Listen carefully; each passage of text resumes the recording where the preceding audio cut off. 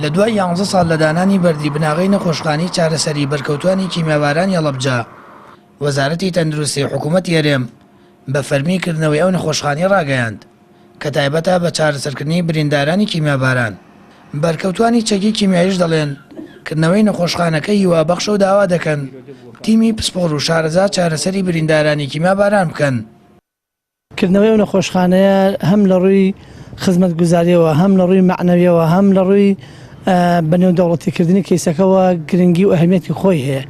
بەڵام ئێمە داواکارین ئەو نەخۆشخانەیە تەنها بەرکەوتوان لەخۆ بگرێت، تێکەڵ و پێکەڵی نەکرێت بە مەلەفەکەوە و لە هەمان کاتیش خەڵکانی پسپۆڕ یان ئەو پزیشکانەی کە لێرە لەو نەخۆشخانەیەدا ئەنرێن بتوانێن ڕەوانەی دەرەوە بکرێن، چونکە بەڕاستی بەرکەوتوانی کیمیاباران بەهۆی ئەو گازانەوە کە لێی درراوە تووشی جۆرە نەخۆشیێک بوون کە لە توبی ڕۆژهەڵاتی ناوەڕاستان نەخوێنراوە.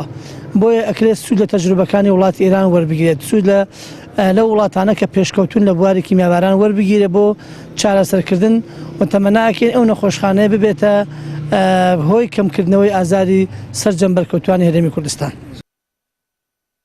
ڕۆژ لە دوای ڕۆژباری تەندروستی بریندارانی چەکی کیمیاوی خراپتر دەبێت.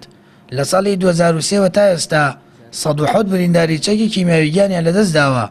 لە کاتێکیشدا بۆ وەرگرتنی چارەسەری پێویست بریندارانی چەکی کیمیاویانیان بۆ نەخۆشخانەکانی دەرەی وڵات دەبرد و لەسەر گیرفانی خۆیان چارەسەری پزیشکی وەردەگرن.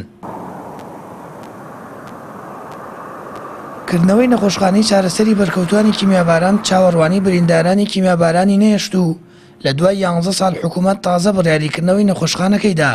ئەمە لە کاتێکدا دەیان بەرکەوتەی کیمیاباران کە باری تەندروستیان ناجێگیرە و لەژێر چارەسەری پزیشکیدان لە دەروی وڵات لە دۆخێکی تەندروستی خراپدان و مانەوەیان لە ژیان پەیوەستە بە ناسەدانی دەستکردەوە. بڕیاریشە لە 7 ئازار لە ڕێوڕسمێکدا نەخۆشخانەکە بکرێتەوە و برینداران و بەرکەوتوانی چەکی کیمیایی چارەسەری پێویستی تێدا وەربگرن.